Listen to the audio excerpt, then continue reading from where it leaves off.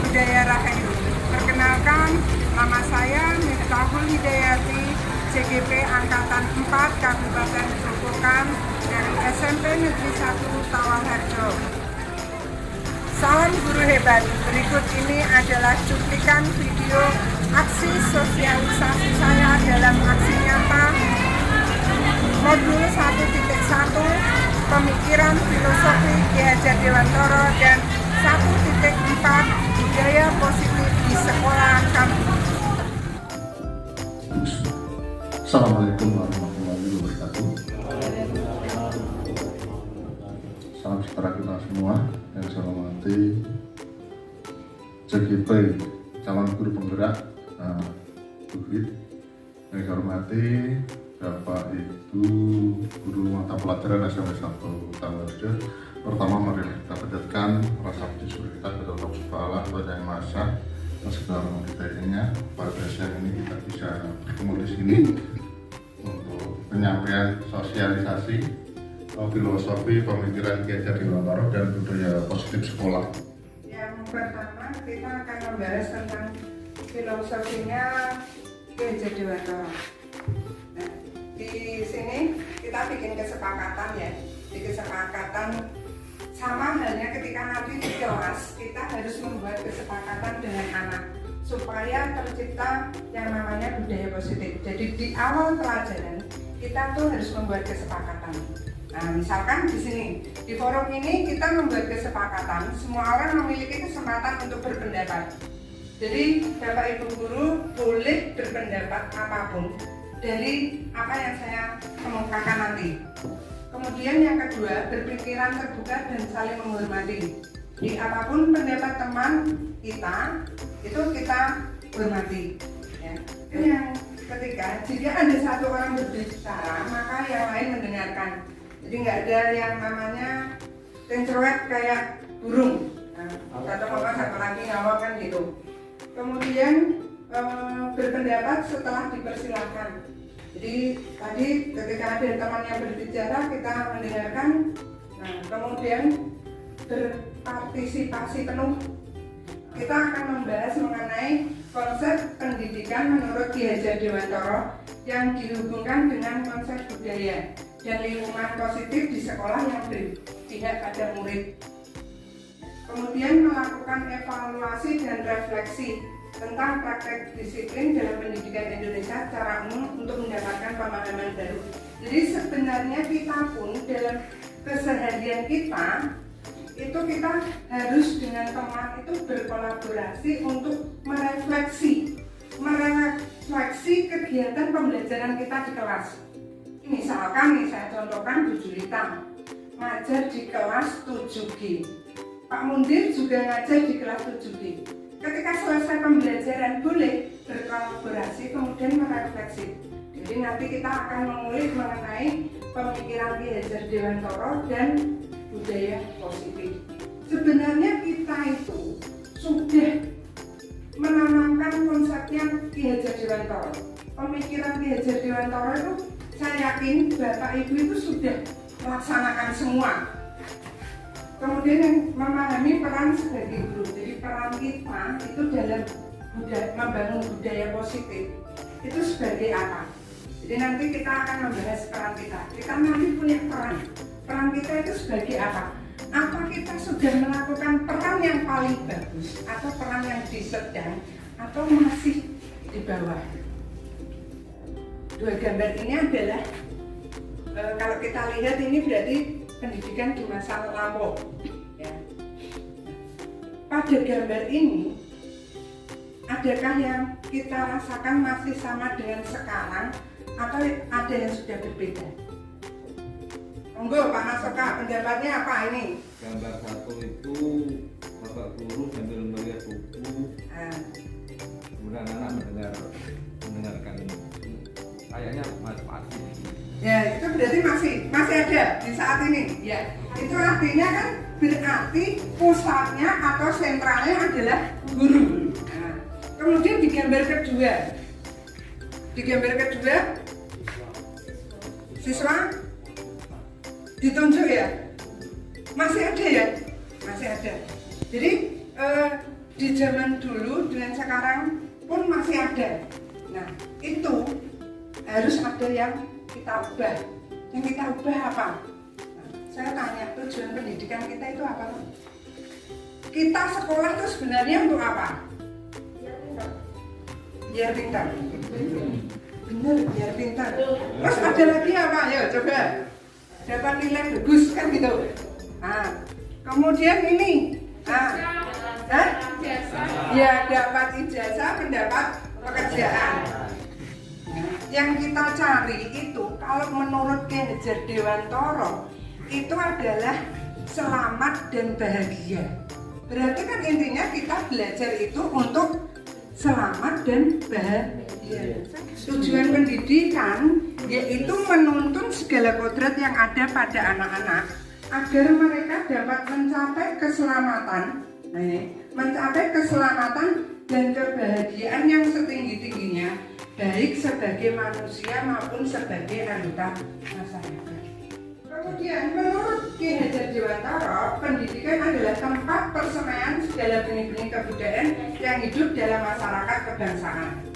Pendidikan dan kebudayaan merupakan satu kesatuan untuk mencapai kebudayaan dan peradaban bangsa yang dicita-citakan. Kemudian dasar pendidikan anak berhubungan dengan kodrat alam dan kodrat zaman.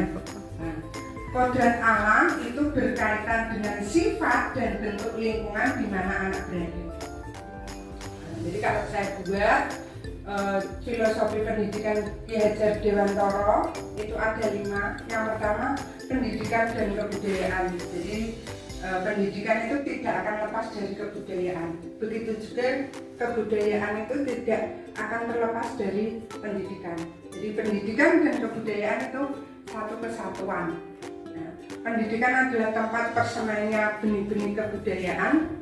Pendidikan adalah pembudayaan buah budi manusia yang berada dan buah perjuangan manusia terhadap 2 kekuatan yang selalu mengelilingi hidup manusia, yaitu tadi yang sudah saya jelaskan mengenai kodrat alam dan zaman atau masyarakat. Kemudian yang kedua, kebudayaan itu dinamis. Artinya kebudayaan selalu berubah, bergerak dan mengikuti dinamika kehidupan sosial budaya masyarakat. Jadi kebudayaan itu akan terus berkembang, bergerak setiap waktu, tidak monoton. Kemudian yang ketiga, pendidikan itu menuntun. Jadi tuntunan bagi seluruh kekuatan kodrat yang ada pada anak-anak agar mereka sebagai manusia dan sebagai anggota masyarakat dapat mencapai keselamatan dan kebahagiaan yang setinggi-tingginya. Kemudian yang keempat, mengenai budi pekerti. Budi pekerti, kita sebagai pendidik harus mampu menuntun, membimbing anak didik untuk dapat berkolaborasi dengan kita dengan memperhatikan rasa dan karsa sehingga dapat menumbuhkan cipta yang baik. Kemudian yang kelima adalah berpihak pada murid. Berpihak pada murid itu kita sebagai guru itu, kalau menurut Ki Hajar Dewantara itu kita menghamba kepada anak. Menghamba kepada anak itu bukan berarti terus kita nunduk manut karepe anak, bukan. Jadi ini yang berpihak pada murid atau menghamba pada anak itu nanti kita akan jelaskan selanjutnya.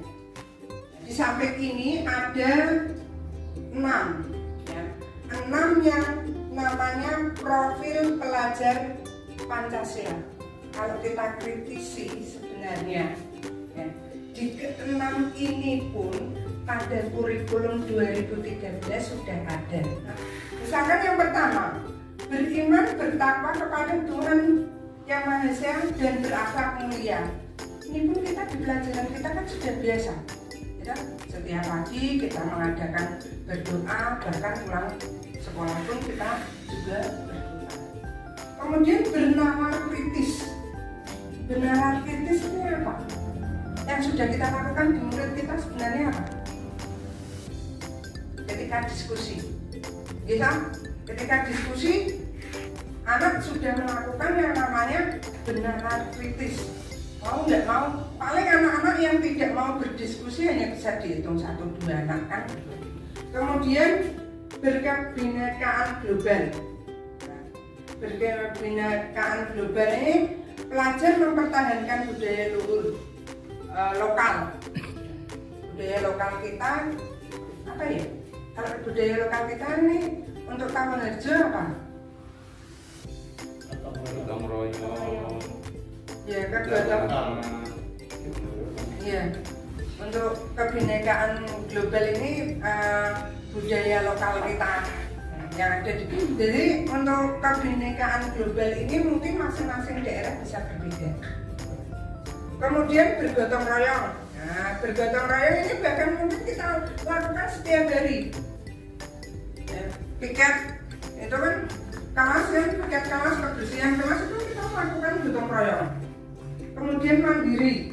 Nah, mandiri itu pelajar yang bertanggung jawab atas proses dan hasil belajarnya mandiri. Kemudian kreatif.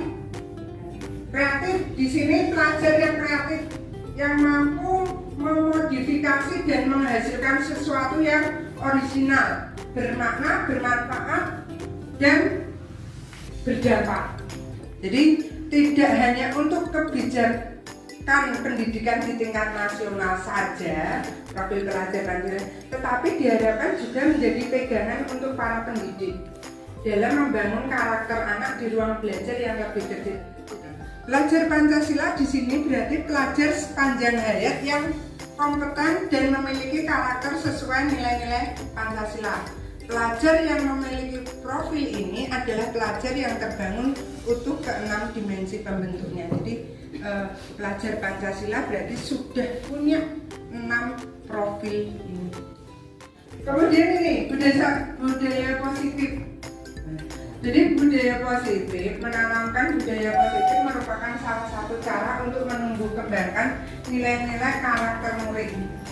Untuk membangun budaya yang positif, sekolah perlu menyediakan lingkungan yang positif, aman dan nyaman agar murid-murid mampu berpikir, bertindak dan mencipta dengan merdeka, mandiri dan bertanggung jawab. Merancang keyakinan kelas bersama murid. Nah, di kalimat ini merancang keyakinan kelas bersama murid. Jadi setiap kita melakukan pembelajaran di kelas, kita tuh punya keyakinan kelas. Bagaimana caranya? Kita membuat kesepakatan seperti saya di awal tadi. Ada kesepakatan. Nah, kemudian posisi kontrol seorang guru. Jadi kita itu punya posisi kontrol. Kita tuh di mana letaknya? Kemudian menerapkan disiplin positif. 5 dasar kebudayaan kebutuhan manusia. 5 dasar kebutuhan manusia. Manusia itu sebenarnya punya 5 kebutuhan dasar. Kemudian segitiga restitusi dan menciptakan visi bersama dalam menciptakan budaya positif. Nah, jadi ini ya, disiplin positif itu menanamkan motivasi intrinsik pada murid, berlandaskan nilai-nilai kebijakan agar menjadi orang yang menjunjung tinggi nilai-nilai yang mereka percayai dan mereka hargai. Kemudian posisi kontrol itu idealnya seorang guru itu sebagai manajer, idealnya. Tapi di posisi kontrol ini nanti kita ada 5 posisi. Kita di posisi mana saat ini? Ya. Yang terbaik adalah sebagai manajer yang menuntun murid mempertanggungjawabkan perilakunya dan menemukan solusinya sendiri. Sudahkah selama ini ketika kita menjadi pendidik, kita sudah berada di level manajer atau belum? Kemudian keyakinan kelas. Nah, keyakinan kelas ini tadi membuat kesepakatan bersama. Jadi kalau ada yang melanggar keyakinan kelas, ini nanti kita sebagai guru dituntut untuk posisi kontrol kita di mana. Kemudian kebutuhan dasar, 5 kebutuhan dasar murid. Jadi kebutuhan murid 5 dasar itu ada 5: bertahan hidup, cinta dan kasih sayang, penguasaan, kebebasan dan kesenangan. Kemudian guru harus dapat menganalisis kebutuhan dasar para murid agar meminimalisir pelanggaran dan membentuk kemandirian. Ada A dan B, misalkan Anda dan teman di samping Anda. Coba cari kertas, tulis, kemudian digenggam. Kalau seandainya teman Anda minta, apakah Anda langsung membuka genggaman diberikan? Atau Anda akan mencengkram kuat-kuat genggaman? Kita mencengkram, inilah bukti bahwa kita itu tidak bisa dikontrol orang lain. Dia orang lain tidak bisa mengontrol kita. Kan dibuka, kamu tetap nggak mau, gitu? Itu artinya kita tidak bisa dikontrol orang lain. Di sini perubahan paradigma teori kontrol. Ilusi guru mengontrol murid. Selama ini kan kita berpikir kita bisa mengontrol murid kita. Kita bisa membuat mereka apa saja. Kita umpamakan seperti tadi, bahwa murid adalah kertas kosong. Kita tulis apapun seperti mau kita bisa. Ilusi bahwa kritik dan membuat orang merasa bersalah dapat menguatkan karakter. Kemudian yang ketiga, ilusi bahwa semua penguatan positif, efektif, dan bermanfaat. Kemudian yang keempat, ilusi bahwa orang dewasa memiliki hak untuk memaksa. Seperti saya katakan tadi, kita biasa ya dengan murid, kowe kudu ngene, dan kamu harus ini itu. Nah di sini, stimulus respon. Kita mencoba mengubah orang agar berpandangan sama dengan kita. Tetapi kenyataannya, ya, kita berusaha memahami pandangan lain kalau teori kontrol. Kemudian stimulus respon, perilaku buruk dilihat sebagai suatu kesalahan. Kita melihat suatu buruk, kita bilangnya itu suatu kesalahan. Nah, semua perilaku itu memiliki tujuan. Jadi murid kita yang mungkin nakal atau mungkin pretean itu sebenarnya bukan suatu kesalahan, tapi mereka punya tujuan. Kemudian yang terakhir, model berpikir menang atau kalah. Disiplin dari bahasa Latin disiplina, artinya belajar. Makna kata ini berkonotasi dengan disiplin diri dari murid. Disiplin diri membuat orang menggali potensinya menuju sebuah tujuan apa yang dia hargai. Namun dalam budaya kita, makna kata disiplin telah berubah menjadi sesuatu yang dilakukan seseorang pada orang lain untuk mendapatkan kepatuhan. Teori motivasi perilaku manusia. Jadi manusia melakukan sesuatu itu ada motivasinya. Yang pertama untuk menghindari ketidaknyamanan atau hukuman. Ya. Apa yang akan terjadi apabila saya tidak melakukan?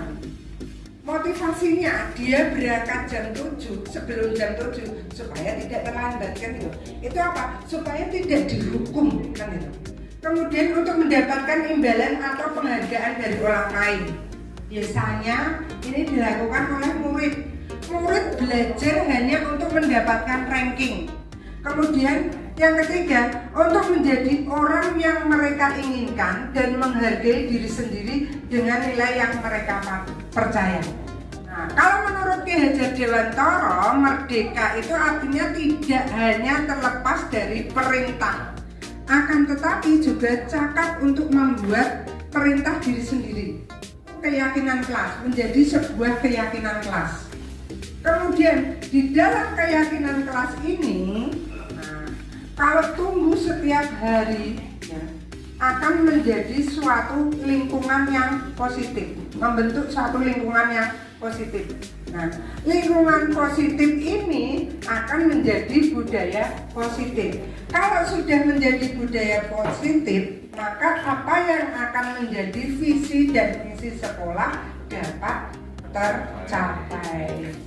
Untuk mendukung motivasi intrinsik, kembali ke nilai-nilai atau keyakinan lebih menggerakkan seseorang dibandingkan mengikuti serangkaian peraturan-peraturan. Nah, nilai-nilai keselamatan atau kesehatan inilah yang kita sebut sebagai suatu keyakinan. yaitu nilai-nilai kebajikan atau prinsip-prinsip universal yang kita sepakati bersama secara universal, lepas dari latar belakang suku, negara, bahasa maupun agama. Menurut Goosen, suatu keyakinan akan lebih memotivasi seseorang dari dalam atau memotivasi secara intrinsik. Seseorang akan lebih tergerak dan bersemangat untuk menjalankan keyakinannya daripada hanya sekedar mengikuti serangkaian peraturan. Selalu kembalikan buku ke tempatnya. Berarti dia bentuk orang yang bertanggung jawab. Nah, dilarang mengganggu orang lain.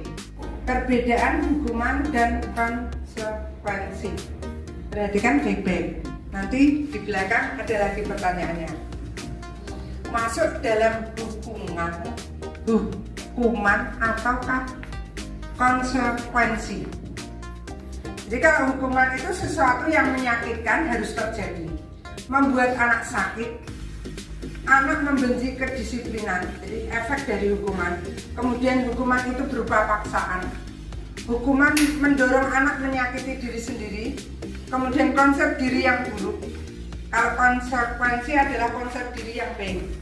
Anak belajar untuk menyembunyikan kesalahan, itu pada hukuman. Kalau konsekuensi, anak belajar untuk mematuhi peraturan. Hukuman membuat anak merasa marah, merasa bersalah, dipermalukan, merasa tak dihargai. Nah, kalau konsekuensi, kehilangan hak, dibuat tidak nyaman, dan diasingkan untuk sementara. Kebutuhan dasar manusia seperti yang tadi dikatakan sama Bu Ami ya, misalkan ada anak murid didik kita yang kelopaan ya, itu sebenarnya mereka ada kebutuhan dasar. Nah, kemudian penguasaan, kebebasan dan kesenangan. Nah ini contohnya kayak ini, kira-kira apa ya? Kebutuhan yang pertama apa? Ibu guru bilang aku tidak boleh bersenandung sewaktu mengajarkan tugas. Katanya kelas harus tenang dan tidak ada suara. Padahal kan aku sukanya menyanyi.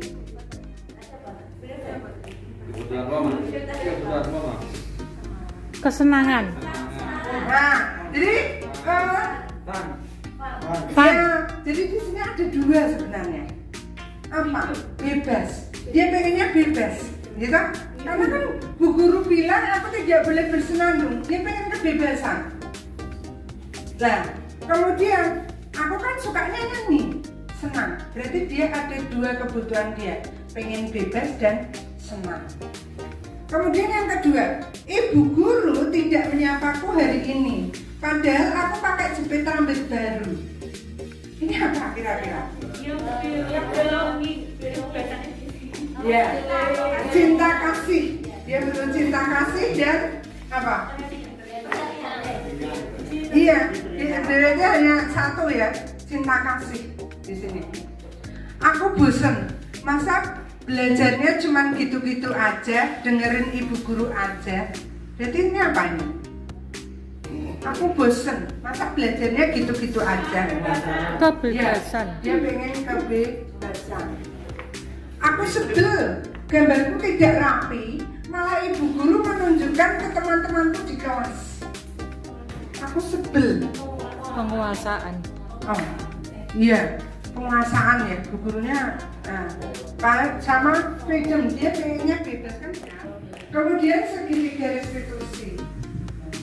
Ini segitiga restitusi ini proses menciptakan kondisi bagi murid untuk memperbaiki kesalahan mereka, sehingga mereka bisa kembali pada kelompok mereka dengan karakter yang lebih kuat dan mandiri. Restitusi adalah proses kolaboratif yang mengajarkan murid untuk mencari solusi ya, dari masalah dan membantu murid berpikir tentang orang seperti apa yang mereka inginkan dan bagaimana mereka harus memperlakukan orang lain. Segitiga restitusi dinamakan segitiga karena memang ada 3, yaitu yang pertama menstabilkan identitas, kemudian memvalidasi tindakan yang salah, dan menanyakan keyakinan. Nah ini pendidik. Dengan adanya segitiga restitusi, membantu murid menjadi lebih memiliki tujuan, disiplin positif, dan memulihkan dirinya setelah berbuat salah.